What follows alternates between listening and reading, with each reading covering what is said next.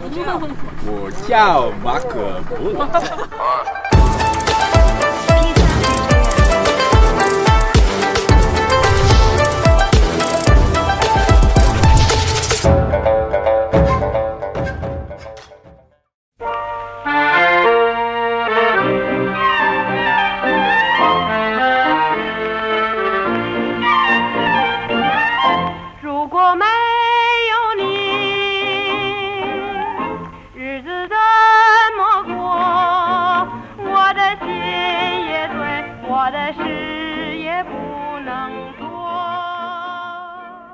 Olá, sou a Tings.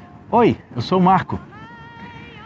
Tings e eu preparamos uma série de vídeos em que vamos trazer mais histórias sobre a vida e a sociedade da China, do ponto de vista de quem mora aqui. A gente se mudou de São Paulo aqui para Xangai no final de março de 2020, bem no momento em que a pandemia começava a se espalhar pelo mundo e a China começava a superar a pandemia. Testemunhar a rápida recuperação da China, liderada pelo governo e pelo seu povo, foi uma coisa incrível. No final do ano passado, enquanto a gente começava a se adaptar à vida por aqui, a China anunciou a realização de um feito histórico, a erradicação da pobreza extrema no país. Mas o que isso significa? Nesse vídeo, que é o primeiro de uma série, nós vamos trazer para vocês uma breve introdução do que a gente tem aprendido sobre o programa de alívio da pobreza na China. Nessa série, a gente vai mergulhar em diferentes aspectos dessa campanha histórica. Esperamos que vocês curtam. Então, para começar, a China erradicou a pobreza extrema. Mas o que isso significa? Significa que desde 2013, 100 milhões de pessoas em 128 mil povoados superaram a pobreza extrema.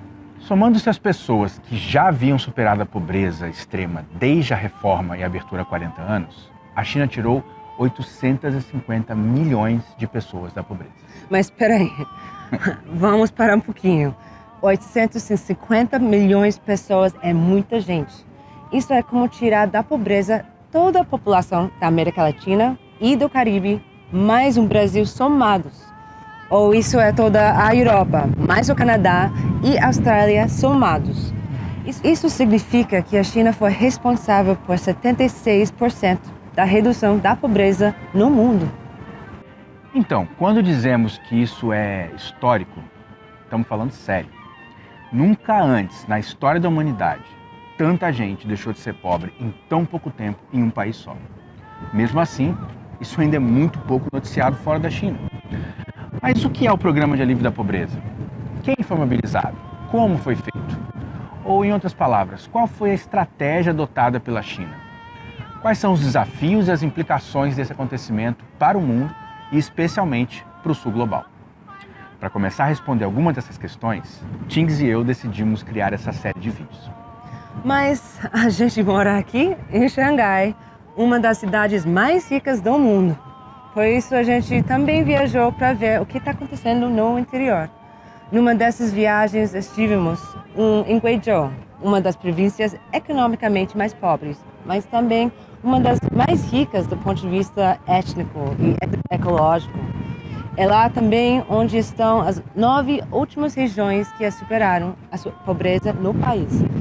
Então, nessa série, vamos trazer um pouquinho do que a gente aprendeu sobre o alívio da pobreza em Guizhou.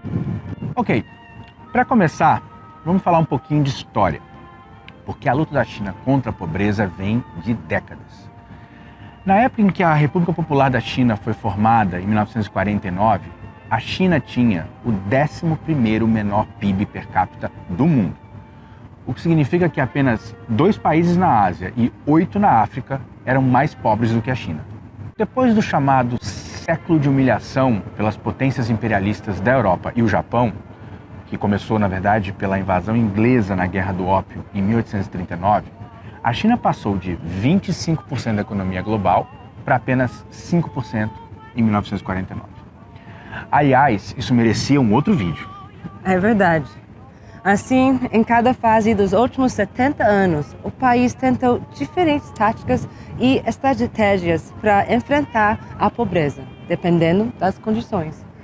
Durante o período de Mao Zedong, em 1949 até 76, a redução da pobreza foi conseguida principalmente através da reforma agrária e social e do desenvolvimento em larga escala.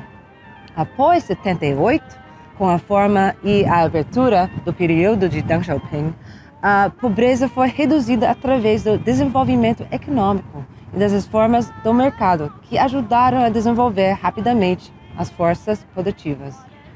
Sim, finalmente chegamos ao período que é chamado de alívio da pobreza focalizado, que corresponde à fase que começou após a presidência de Xi Jinping em 2013.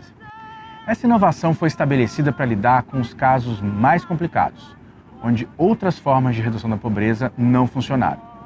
Por exemplo, através da distribuição de dinheiro para as pessoas, ou do chamado modelo trickle-down, ou seja, a teoria de que se os ricos ficarem mais ricos, eles acabariam gerando mais riqueza para toda a sociedade. Mas só isso não funcionou. Enquanto as forças produtivas estavam sendo desenvolvidas, as condições de vida da grande maioria do povo foi melhorando. Lembra-se, a China criou a maior classe média do mundo, com 400 milhões de pessoas durante os 40 anos da chamada Reforma e Abertura. Ao mesmo tempo, isso produziu importantes contradições. A desigualdade aumentou, o meio ambiente sofreu, a previdência social se enfraqueceu e a divisão entre o campo e cidade cresceu. Em 2013, estimava-se que 100 milhões de pessoas ainda viviam na extrema pobreza. Para construir o que ele chama aqui de sociedade moderadamente próspera, foi necessário enfrentar e erradicar a pobreza extrema. Pois é, e o programa de alívio da pobreza, ele pode ser resumido em um slogan. E os chineses adoram slogans, principalmente aqueles que têm um número e algumas palavras. Então eles dizem: uma renda, duas certezas, três garantias. Vamos para o primeiro, renda. A linha de pobreza da China corresponde a 2 dólares e 30 centavos ao dia, já ajustado ao poder de compra local. E é importante lembrar que a linha de pobreza na China é mais alta que o padrão do Banco Mundial, que é fixado em 1 dólar e 90 centavos ao dia. A segunda é duas certezas, alimentos e roupas. Não pode faltar roupa nem comida para todo mundo. E, em terceiro lugar, são as três garantias. Educação gratuita e obrigatória, que na China é 9 anos. Assistência médica básica e moradia segura com água e eletricidade.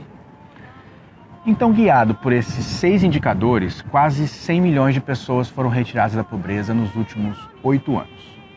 Nos últimos anos, quase 1 milhão de pessoas por mês venceram a pobreza.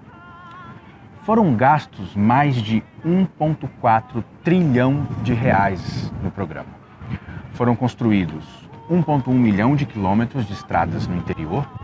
O acesso à internet foi fornecido a 98% dos vilarejos pobres. 25,8 milhões de casas foram reformadas e 9,6 milhões de pessoas foram realocadas para novas casas. Mas talvez o mais impressionante de tudo foi a forma como toda a sociedade foi mobilizada. Milhões de pessoas, membros do partido, empresas, estudantes, voluntários e amplos setores da sociedade foram mobilizados para essa construção socialista. A China sabe, por experiência, que dar dinheiro aos pobres não resolve as condições básicas da pobreza.